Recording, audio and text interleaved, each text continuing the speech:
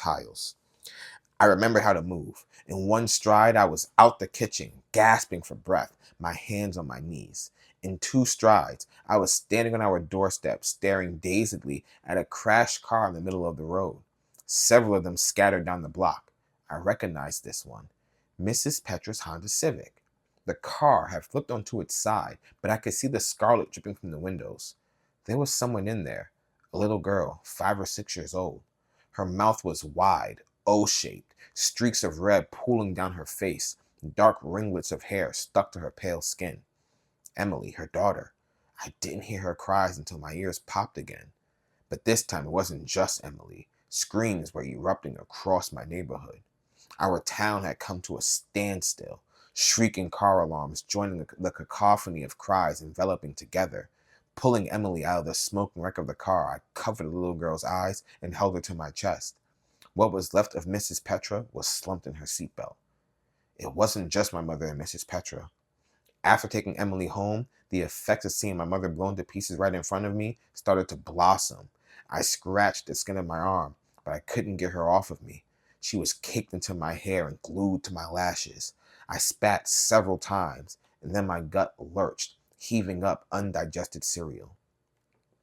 In a daze, I checked every house. Each one held a similar scene, an explosion of grisly red and children without parents.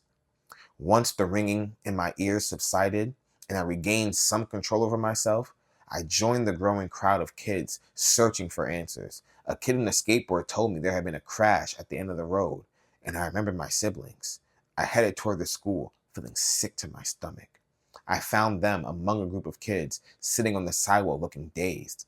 They didn't even react when I tried to hug them. Sarah's eyes were vacant, unseeing caverns staring into oblivion. Nathaniel wouldn't look me in the eye, squeezing me a little too tightly, pressing his head into my shoulder, still stained with our mother. He was a shell of his former self, the brother I had playfully fought with just hours earlier because he refused to let me drive his car. Sarah had wanted to ride the bus, and in a mark of rebellion, Nathaniel had followed her. If they had decided to drive to school, they could have been dead. Nathaniel dropped his head into his lap, panting into his jeans. Sarah kept shooting me hopeful looks, like I would know what to do. 2 years younger than me, my little sister was already looking at me as if I were an adult. Their bus had overturned, intense red seeping onto the road, shattered windows and headless bodies littering the sidewalk. Kids wandered around, confused, covered in what remained of the bus driver. Nathaniel and Sarah seemed to be the only ones consciously awake while others cried out for their parents.